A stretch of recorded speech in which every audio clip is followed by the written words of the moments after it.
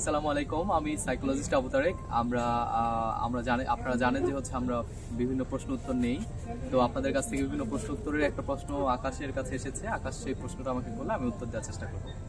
আকাশ, আপনার প্রশ্নটা আপনি যদি করেন, আপনার মাধ্যমে আমি যদি আপনাদেরকে বলতে পারি। হ্যাঁ জি স্যার, আমার ফার্স্ট কোয়েশ্চেন হচ্ছে স্যার, আমরা স্কুল কলেজ ইউনিভার্সিটি স্টুডেন্ট, আমরা দেখা যায় যে রাতে অনেক রাত করে ঘুমাই 3টা-4টার দিকে।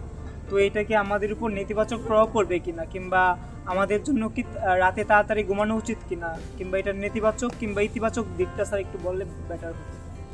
আচ্ছা, ঠিক আছে। আপনি বলেছেন যে রাতে আমরা অনেক দেরিতে ঘুমাই, অনেকে আমরা হ্যাবিচুয়েটেড। তো রাতে কিভাবে আমরা যদি দেরিতে ঘুমাই তাহলে সেক্ষেত্রে আমাদের উপর কোনো নেতিবাচক প্রভাব পড়ছে কিনা বা পড়ে কিনা সেটা। তো আমি আকাশ আপনার মাধ্যমে যে আপনার কাছে প্রশ্নটা করেছে তাকে আমি প্রশ্নের উত্তরটা দিতে চাই যে হ্যাঁ, অ্যাকচুয়ালি যে আমাদের প্রত্যেকটা প্রাণী এই ডে লাইটের সিগমেন্টটাকে ফলো করে। যেমন হচ্ছে গাছ রাতের বেলা একটু চুপসে যায় বা হচ্ছে সে নিরিবিলি থাকার চেষ্টা করে, অন্যান্য প্রাণীগুলো তারা সবাই নিড়ে চলে যায় এবং তারা ঘুমাতে যায়। তো ব্যাপারটা হয় আমাদের হয় কি যে আমাদের ব্রেনের পিছনের দিকে একটা পিনেল গ্ল্যান্ড নামক একটা গ্ল্যান্ড আছে, যে গ্ল্যান্ড থেকে মেলাটোনিন হরমোনটা ক্ষরণ হয়। এই ক্ষরণটা ডিপেন্ড করে ডে লাইটের সাথে একটা রিলেশন আছে। অর্থাৎ আপনারা জানেন যে আমাদের চোখের মধ্যে দুই ধরনের কোষ আছে, একটা হচ্ছে রড কোষ আর একটা হলো কোন কোষ।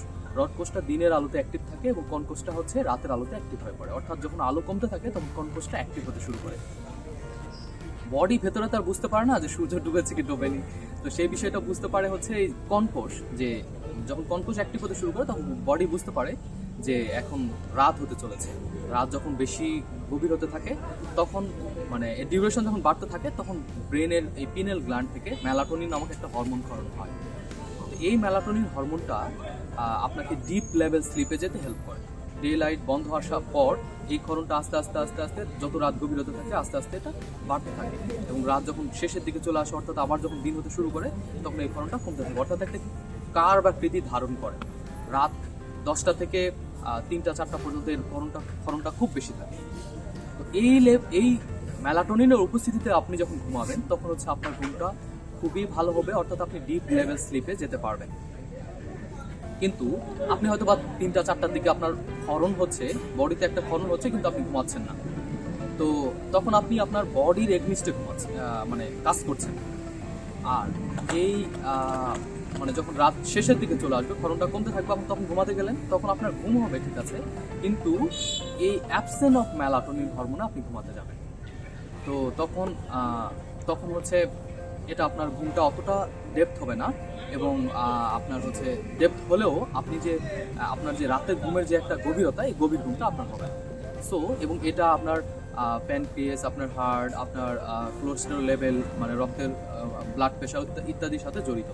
প্লাস হচ্ছে আপনি যদি দেখবেন যে নর্মালি যদি আপনি আপনার চিন্তা করে দেখেন যে রাতে ভালো ঘুম হলে দিনের বেলা মেজাজটা ফুরফুরে থাকে, এবং রাতে যদি ভালো ঘুম না হয় তাহলে ডে লাইটে দিনের বেলা আপনার হচ্ছে মেজাজ খিটমিটে হয়ে যেতে পারে, আপনার অস্থিরতা লাগতে পারে, আপনার হচ্ছে সিদ্ধান্ত নেওয়ার ক্ষমতা কম হতে পারে, ইত্যাদি সমস্যা আমাদের হতে পারে। তো এই জন্য আমাদের এই প্রাকৃতিক সাইকেলটা ফলো করা দরকার, যে রাতের অন্ধকারে আমাদেরকে ডে লাইট অফ করে রাতের অন্ধকারে ঘুমানো দরকার।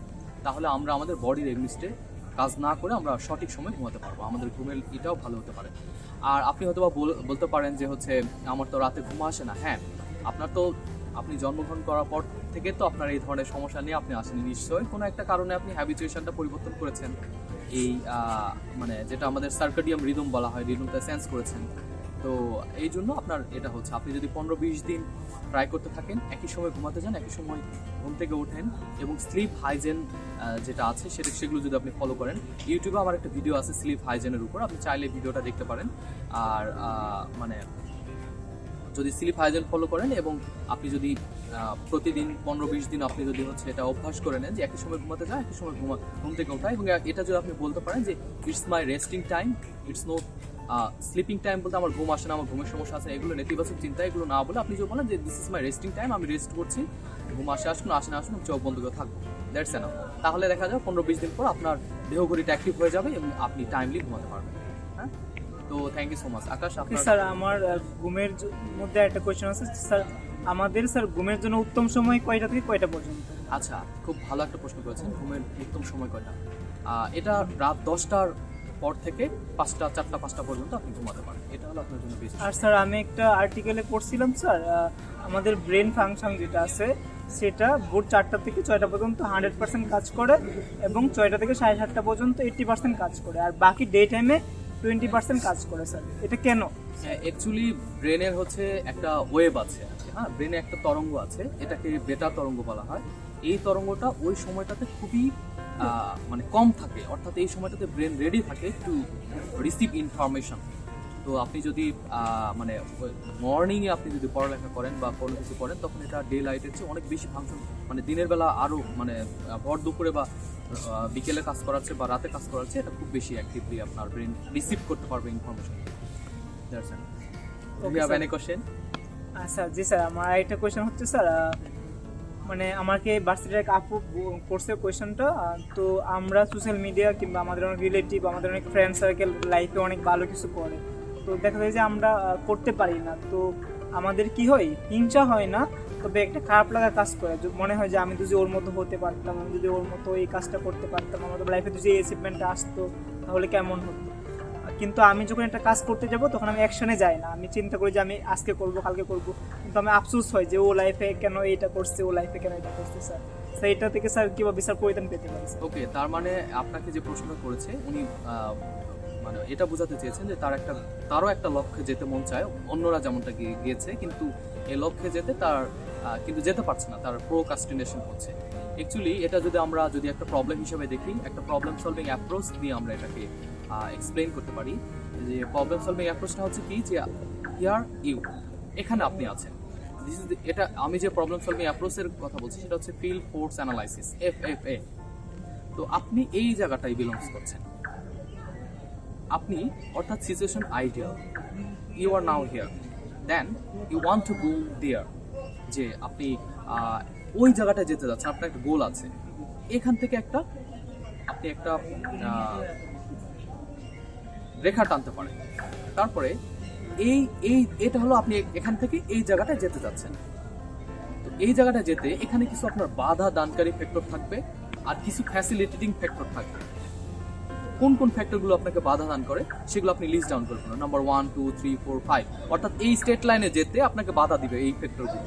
আর কিছু ফ্যাক্টর আছে যেগুলো আপনাকে হেল্প করবে, ফ্যাসিলিটেট করবে। আপনি সুস্থ আছেন, আপনি মানে পড়ালেখা মনে রাখতে পারেন, আপনার অনেক ফ্রেন্ড সার্কেল আছে, আপনার অনেক লটস অফ রিসোর্স আছে যেগুলো কাজে লাগিয়ে আপনি হচ্ছে এই সিচুয়েশন থেকে ওই সিচুয়েশনে ইজিলি যেতে পারেন। আপনাকে কিছু বাধা দানকারী ফ্যাক্টর আছে, যেমন হচ্ছে আপনি ফোন ইউজ করেন, আপনি মানে অযথা আড্ডা দেন, আপনি হচ্ছে আনওয়ান্টেড ইন্টারনেটের মধ্যে ব্রাউজিং করেন, এগুলো হচ্ছে আপনাকে হয়তো বাধা দানকারী factor to reach your goal. So বাধা দানকারী ফ্যাক্টরগুলোকে মিনিমাইজ করে, অ্যাভয়েড করে, ফ্যাসিলিটেটিং ফ্যাক্টরগুলোকে কাজে লাগিয়ে সিচুয়েশন নাও থেকে সিচুয়েশন আইডিয়াল, অর্থাৎ আপনি আপনার গোলে বুঝতে পারেন। So you have to list down all of your activities। এই যে 4টা শখ যেটা আমি বললাম, যে বর্তমানে আপনি কোথায় আছেন, কোথায় যেতে চাচ্ছেন, কি কি আপনাকে বাধা দিচ্ছে এবং কি কি আপনাকে ফ্যাসিলিটেট করছে, আপনাকে যেতে হেল্প করবে আপনি আপনার গোলে বুঝতে, সেগুলোকে কাজে লাগিয়ে এই বাধা দানকারী ফ্যাক্টরগুলোকে মিনিমাইজ করে আপনি আপনার গোলে বুঝতে পারেন। Thank you so much. যে হোপ দ্যাট আপনি মনে হয় আকাশ, আপনি আপনারকে যে প্রশ্ন করেছে সেই উত্তরটা পেয়েছেন। ওকে স্যার, তাহলে আজকে ভিডিও আমরা এখানে শেষ করব। তো আপনারা যারা বিভিন্ন কোয়েশ্চেন, সাইকোলজিক্যাল প্রশ্ন করতে চান, বা আপনাদের হতাশা, ডিপ্রেশন, আপনারা লজ্জায় সাইকোলজিস্টের কাছে যেতে চান না, তো তারা নির্দ্বিধায় আমাদের কাছে কোয়েশ্চেন করতে পারবেন, আমরা আপনাদের নাম গোপন রাখবো। So thanks for watching, see you tomorrow. আর আরো একটা কথা বলি আকাশ, যে আমি সাইকোলজিস্ট আবু তারেক, জাস্ট ইউটিউবে সাইকোলজিস্ট আবু তারেক লিখে সার্চ দিলে আমার ইউটিউব চ্যানেলটা পেয়ে যাবেন। আর আমার পেজ আছে, এই নামে পেজ আছে, প্লাস হচ্ছে কোরাতে আমরা লিখি, উনিও লিখেন, উনি আমার থেকে কোরাতে সিনিয়র এবং ওনার অনেক ফলোয়ার আছে, প্রায় 17.5 লক্ষ ওনার ভিউ আছে কোরা আর্টিকেলগুলো, তো ওনার লেখা আর্টিকেলগুলো পড়ে।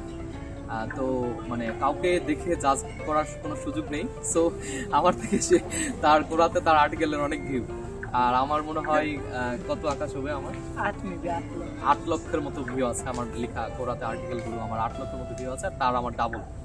তো এবং আমরা কাজ করছি একসাথে, এবং বিভিন্ন সাইকোলজিক্যাল ভিডিও নিয়ে এসে টাইম ম্যানেজমেন্টে কাজ করে, আমি সাইকোলজিক্যাল ভিডিওগুলো আপনাদের সাথে শেয়ার করি।